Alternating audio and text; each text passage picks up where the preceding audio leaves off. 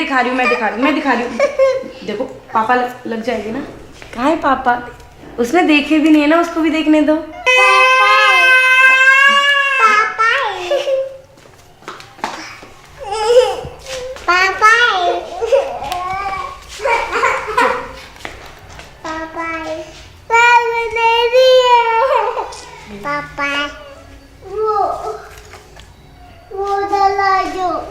आरोही रख दो बस।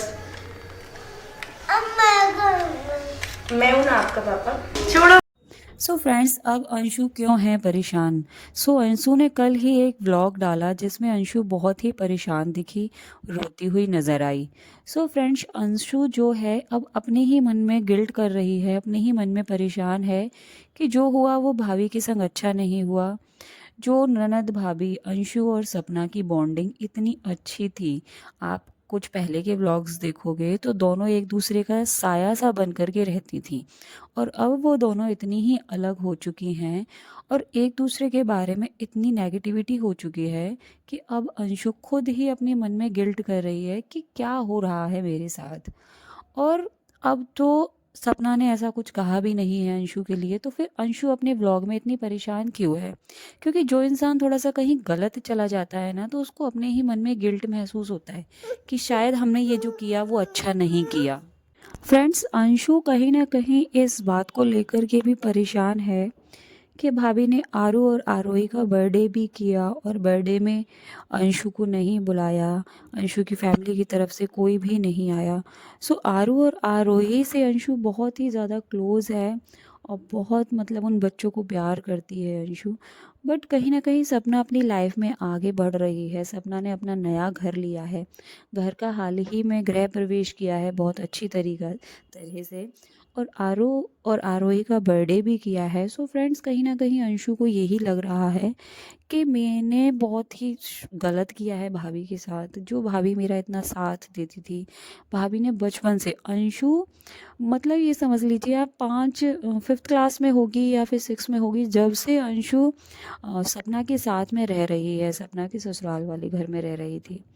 फ्रेंड्स, कहीं ना कहीं गिल्ट ये महसूस होता ही है कि हमने जो किया वो अच्छा नहीं किया, और वो साफ साफ अंशु के व्लॉग में दिखाई दे रहा है। सपना तो अपनी लाइफ में आगे बढ़ रही है। जो लोग सपना को गलत कहते हैं, अरे सपना ऐसी है, सपना ने ही गलत किया है, वो बच्ची है, वो बच्ची है, एज से बच्ची है, पर वो समझदार बहुत है अंशु।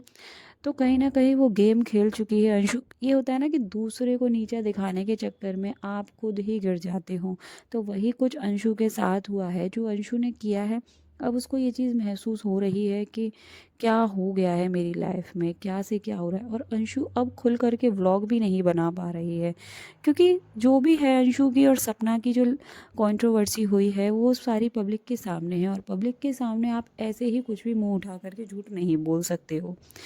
इसीलिए अंशु अब खुल कर के कुछ भी बात बोल नहीं पा रही है, और अपनी जो दिल की बातें हैं वो बता नहीं पा रही है। जो दिल में भाई खुद गलत हो, और गलत बात को आप कैसे सबके सामने लेके आ जाओगे अपनी ही बात को।